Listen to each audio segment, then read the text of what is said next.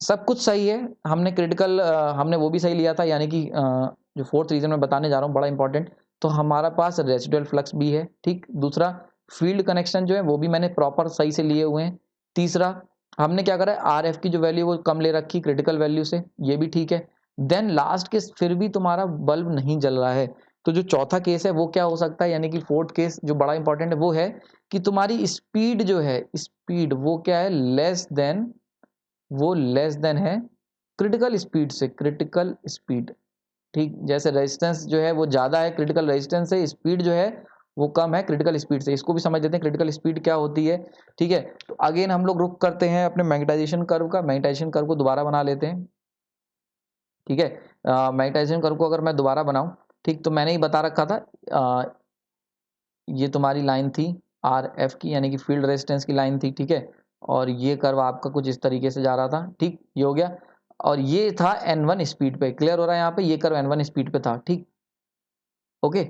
अब देखो ये N1 स्पीड पे था, ठीक। और अगर आपकी बात की जाए N1 स्पीड पे, तो इसकी जो ये लाइन जा रही है, ये कौन सी है, आर क्रिटिकल लाइन है एट N1, ठीक है, आर क्रिटिकल लाइन है N1 पे, ठीक। अब क्या हो रहा है, अगर मैं बड़े ध्यान से देखना इसको, मैंने क्या करा, N1 की स्पीड को डाउन कर दी, यानी कि N1 की स्पीड को डाउन करूंगा तो कर्व क्या होगा, नीचे शिफ्ट होगा। याद करो पुराने लेक्चर में, प्रीवियस लेक्चर में मैंने मैग्नेटाइजेशन कर्व जब बताया था, तो वहां पे ये चीज आपको समझाई थी कि जैसे जैसे स्पीड हाई करते हैं तो जो वोल्टेज बिल्डअप का प्रोसेस होता है वो इंक्रीज हो जाता है। रीजन क्या है, ईजी जो है वो डायरेक्ट प्रोपोर्शनल होता है फाई और एन के, ठीक। तो एक जो अगर तुम फाई को बढ़ाओगे और एन को बढ़ाओगे, किसी भी एक पैरामीटर को बढ़ाओगे, तो उससे क्या होगा, ईजी की वैल्यू राइज अप होती जाएगी।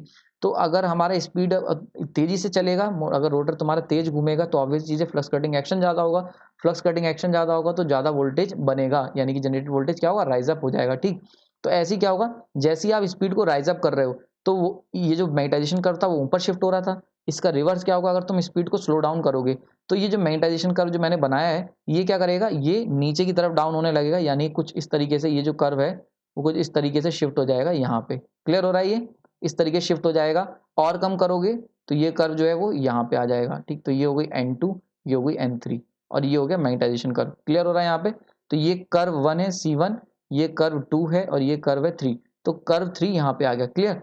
अब देखो क्या हुआ, अगर हमने स्पीड को, हम लोग क्या करें, जनरेटर की स्पीड को कम करते चले गए, ठीक। तो ऐसी स्पीड, यानी कि वो स्पीड जिसपे क्या होता है, अगर हम बात करें क्रिटिकल स्पीड की, उसको जरा ध्यान से देख लेना इसी कर्व से, ठीक है। तो ऐसी स्पीड जिसपे क्या हो, जो तुम्हारा फील्ड रेजिस्टेंस है, फील्ड रेजिस्टेंस की लाइन है, वो मीट कर जाए क्रिटिकल रेजिस्टेंस की लाइन को, वो कहलाती क्रिटिकल स्पीड। फॉर एग्जांपल, जैसे एग्जांपल देखो, ये वाली जो लाइन गई हुई है, यानी कि आरएफ की लाइन, इसको मैं हाईलाइट कर देता हूँ दूसरे कलर से।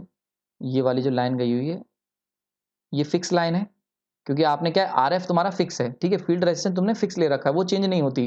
क्रिटिकल वैल्यू जो होगी वो चेंज होती रहेगी, लेकिन फील्ड रेजिस्टेंस की जो लाइन है, यानी कि जो फील्ड रेजिस्टेंस लाइन है वो हमेशा फिक्स रहेगी। तो ये फील्ड रेजिस्टेंस लाइन हो गई, ठीक है। और ये तुम्हारी हो गई क्रिटिकल रेजिस्टेंस लाइन। तो ऐसी स्पीड जिसपे ये जो क्रिटिकल रेजिस्टेंस की लाइन है वो मीट कर जाए फील्ड रेजिस्टेंस की लाइन पे, फॉर एग्जाम्पल ये वाली स्पीड N2, N2 पे क्या हो रहा है, जो देखो N2 पे क्या हो जाएगा, अगर इस कर्व की बात करोगे तो देखो, क्योंकि स्पीड कम करने से कर्व क्या और नीचे शिफ्ट हो रहा है, तो ये जो क्रिटिकल रेजिस्टेंस की लाइन जो मैंने यहाँ बनाई थी N1 की स्पीड पे, N2 की स्पीड पे वो क्या हो जाएगी, वो मैच कर जाएगी इसी से। देखो ये आ गई R C T critical N2, यानी कि N2 पे देखो क्या हो रहा है, N2 पे दोनों मैच कर रहे हैं, आर एफ और आर सी क्रिटिकल, ये दोनों एक दूसरे पे मैच कर जाए। तो ऐसी स्पीड जिसपे जो फील्ड रेजिस्टेंस की लाइन है वो मीट कर जाए क्रिटिकल रेजिस्टेंस की लाइन पे, वो स्पीड जो होती है ये कहलाएगी, ये वाली जो स्पीड है N2, ये कहलाएगी critical speed, critical speed, clear हो रहा है, बहुत इंपॉर्टेंट याद रखना। तो ऐसी स्पीड जिसपे तुम्हारी जो फील्ड रेजिस्टेंस की लाइन और क्रिटिकल रेजिस्टेंस की लाइन एक दूसरे पे मीट कर जाएं, वो स्पीड कहलाएगी N2, क्लियर है। अब देखो क्या हो रहा है, यानी ये बात समझ में आ गई होगी। तो पहले N1 था, N1 क्योंकि ज्यादा स्पीड थी तो इसलिए क्रिटिकल रेजिस्टेंस लाइन ऊपर थी और फील्ड रेजिस्टेंस नीचे थी, पर जैसे ही तुमने क्या करा, स्पीड कम करी, तो कर्व नीचे शिफ्ट होगा।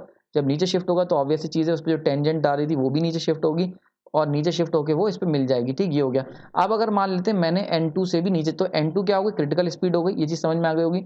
नाउ थर्ड स्पीड पे चलते हैं, मैंने क्या करा, आपकी स्पीड को और कम करा, ठीक है, और स्पीड को किस पे ले आए, N3 पे ले आए, बड़ा ध्यान से देखना N3 पे। तो N3 क्या है, बिलो है N2 के। अब ऐसे केस में क्या होगा, अब देखो तुम्हारा जो क्रिटिकल रेजिस्टेंस की जो लाइन है वो क्या बनेगी, अगर कर्व 3 को ले रहे हो तो क्रिटिकल रेजिस्टेंस लाइन कर्व 3 के हिसाब से ये आ जाएगी, ठीक है। इसको डार्क कर देता हूँ, ये आ गई तुम्हारी क्रिटिकल रेजिस्टेंस लाइन, ठीक है। ये आ गई क्रिटिकल रेजिस्टेंस लाइन। तो आर क्रिटिकल N3, अगर N3 के लिए लाइन बनाओगे तो ये वाली लाइन आ गई। क्लियर हो रहा है यहाँ पे? क्योंकि देखो एक बात याद रखना, कर्व की जब तुम शिफ्टिंग करते हो, स्पीड के चेंज होने से कर्व की शिफ्टिंग होती है, और कर्व की शिफ्टिंग होने से क्रिटिकल रेजिस्टेंस लाइन जो है वो शिफ्ट हो जाती है, क्योंकि क्रिटिकल रेजिस्टेंस लाइन जो होती है वो जो कर्व के टेंजेंट जाएगी, केवल वही लाइन जो होती है क्रिटिकल रेजिस्टेंस लाइन होती है। ठीक, कांस्टेंट क्या रहेगा? कांस्टेंट रहेगी फील्ड रेजिस्टेंस लाइन, क्योंकि फील्ड रेजिस्टेंस जो होता है वो एक फिक्स वैल्यू होती है। एक बार तुमने कॉइलिंग कर दी, वाइंडिंग कर दी, फील्ड वाइंडिंग, तो वो फिक्स रहेगी डीसी मशीन में। तो इसीलिए जो फील्ड रेजिस्टेंस की लाइन है वो फिक्स रहती है। क्लियर हो रहा है? इसीलिए क्या हो रहा है, आर क्रिटिकल वेरी कर रही है स्पीड के वेरी करने से। ध्यान रखना, इसको नोट कर लेना कि जब तुम स्पीड को चेंज करोगे, स्पीड के चेंज करने से क्या होगा, स्पीड जनरेशन स्लोप, स्लोप जो होगा कौन सा, मैग्नेटाइजेशन स्लोप, मैग्नेटाइजेशन कर्व, यानी कि कर्व जो होगा, कर्व मैग्नेटाइजेशन कर्व वो शिफ्ट होगा, वो चेंज होगा मैग्नेटाइजेशन कर्व। और मैग्नेटाइजेशन चेंज कर्व चेंज होने से क्या होगा, आर क्रिटिकल, यानी कि आर क्रिटिकल जो है वो भी चेंज हो जाएगा। ठीक है, आर क्रिटिकल चेंज हो जाएगा। ठीक, अब देखो क्या हुआ, तुमने क्या करा, स्पीड को ब्लो करते चले गए, यानी कि N1 लाए, देन N2 लाए, देन N3 लाए। तो जब N3 पे लाए, बहुत ध्यान से देखना, तो ऐसे केस में क्रिटिकल रेजिस्टेंस की जो लाइन है, यानी कि जो स्लोप है, वो कम हो गया है फील्ड रेजिस्टेंस के स्लोप से। यानी कि क्या हुआ है, यानी कि जब देखो आप जब N1 पे थे, N1 पे, तो ऐसे केस में आर क्रिटिकल जो था वो बड़ा था RF से। ठीक है, जब तुम N2 पे आए तो आर क्रिटिकल जो था वो इक्वल हो गया RF से। ठीक है, तो ये वाली जो स्पीड थी इसको हमने कह दिया N क्रिटिकल। ठीक है, ये होगी क्रिटिकल स्पीड। अब तुम N3 पे चले गए, N3 पे जैसे ही गए तो आर क्रिटिकल का जो स्लोप था वो कम हो गया RF से। ठीक है, तो ये वाला जो केस था ये मैं बता चुका हूँ। इस केस में क्या होता है, वोल्टेज बिल्डअप प्रोसेस जो होता है वो फेल हो जाता है, वोल्टेज बिल्डअप प्रोसेस जो था वो फेल हो गया। क्लियर हो रहा है? तो ये जो थी, यानी कि ये स्पीड, तो अगर तुम्हारी स्पीड जो है एन, जो एन है वो अगर ग्रेटर नहीं, यानी कि लेस देन है एन क्रिटिकल से, ये तो हुआ है N2 क्या, N3 से भी लो है। अगर इसका वो मैप बना दूं तो देखो N1 उससे कम N2 और उससे कम N3। क्लियर हो रहा है यहाँ पे?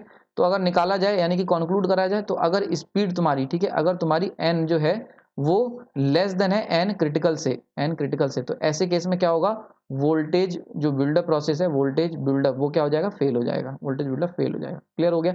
बहुत डिटेल मैंने बताया है, इससे ज़्यादा डिटेल तुम्हें कहीं नहीं मिलेगा ये टॉपिक, और बड़ा इंपॉर्टेंट टॉपिक है, किसी भी बुक में ये ढंग का नहीं दिया होता है। ये बहुत ज़्यादा मैंने इसको सर्च करा था और काफ़ी ज़्यादा सीखने के बाद ये चीज़ समझ में आई है। ठीक है, तो याद रखना ये बड़ा ही टफ टॉपिक है, इजीली नहीं समझ में आता है। क्रिटिकल रेजिस्टेंस अच्छे अच्छे लोगों को नहीं पता होता है क्या होता है और कैसे क्रिटिकल रेजिस्टेंस शिफ्ट होता है। ठीक है, तो इसको रिवाइज करते रहना, इस लेक्चर को, बड़ा इंपॉर्टेंट और टेक्निकल लेक्चर है। ठीक, तो इसमें मैंने बता दिया तुम्हें कि कैसे स्पीड के शिफ्ट होने से एन क्रिटिकल शिफ्ट होगा, और जिस पॉइंट पे, यानी कि जिस स्पीड पे क्रिटिकल आर क्रिटिकल इक्वल हो जाएगा फील्ड रेजिस्टेंस के, वो कहलाएगी क्रिटिकल स्पीड। ठीक है, तो क्रिटिकल स्पीड, ठीक, क्लियर हो गया? तो अगर इस प्रोसेस को करा जाए, यानी कि इसको कंक्लूड कर दूं मैं, तो क्या हुआ, मैग्नेटाइजेशन कर्व, स्पीड के कम होने से मैग्नेटाइजेशन कर्व शिफ्ट होगा, मैग्नेटाइजेशन कर्व शिफ्ट होने से आर क्रिटिकल की जो लाइन है वो शिफ्ट होगी, और एक समय आएगा जब वो क्या करेगी, नीचे चली जाएगी फील्ड रेजिस्टेंस की लाइन से। जिस समय वो नीचे चली जाएगी फील्ड रेजिस्टेंस लाइन से, उस समय तुम्हारा वोल्टेज बिल्डअप प्रोसेस जो होगा वो फेल हो जाएगा। तो यानी कि जो कंक्लूजन निकल के आया कि आपकी स्पीड जो है वो क्या होनी चाहिए, ग्रेटर देन आपकी होनी चाहिए एक क्रिटिकल स्पीड से। ठीक है, ये तो रही ग्राफ की बात, यानी कि अगर मैं ग्राफिकली बात करूं, अगर मैं इसकी बात करता हूं कि फिजिकली ये ऐसा कैसे हो रहा है, इसको भी समझ लेते हैं। जैसे हमने रेजिस्टेंस केस में समझा था, तो देखो वो कह रहा है EGR, रेजिडुअल फ्लक्स से तुम्हारा जनरेटेड रेजिडुअल वोल्टेज आ गया। लेकिन अब क्या होगा, वो वोल्टेज जो होता है वो क्या होता है तुम्हारा, वो डिपेंड करता है एन पे, अगर एन पे और फाई पे। ठीक, तो अब क्या हो रहा है, अगर तुम क्या करोगे, EGR को, अगर एन को, स्पीड को कम करते चले जाओगे, तो क्या होगा, उससे EGR जो होगा वो भी कम बनेगा। EGR अगर कम बनेगा तो फील्ड करंट जो बनना था वो भी कम बनेगा। ऐसे केस में जो फील्ड फ्लक्स था वो भी कम बनेगा।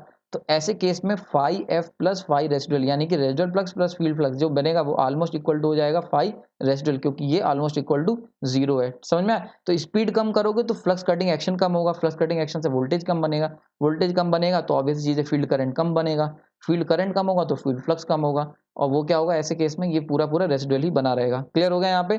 तो ये चीज समझ में आ गई होगी। इसलिए स्पीड अगर तुम एक क्रिटिकल स्पीड से नीचे चले जाओगे तो ऑब्वियस ही चीज है तुम्हारा वोल्टेज बिल्डअप का प्रोसेस फेल हो जाएगा। समझ में आ रहा है?